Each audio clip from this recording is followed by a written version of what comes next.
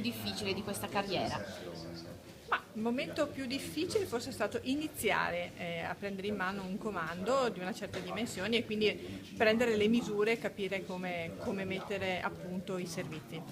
Ma in realtà tutti i giorni danno soddisfazione perché ogni giorno succede sempre qualche cosa che ti apre il cuore. Sicuramente il contatto con la gente, sicuramente ogni volta in cui la polizia locale è stata vicina al cittadino, in particolar modo con le fasce più deboli.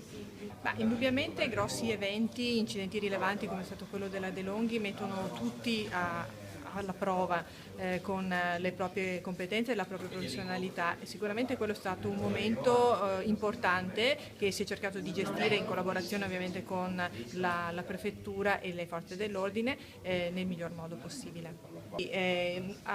Mi piacciono le sfide e mi piace rinnovarmi continuamente perché è un modo di crescita continua e quindi anche se volete per sentirsi sempre giovani e quindi è sicuramente un'ulteriore rinascita e spero che ce ne saranno anche altre nel prossimo futuro.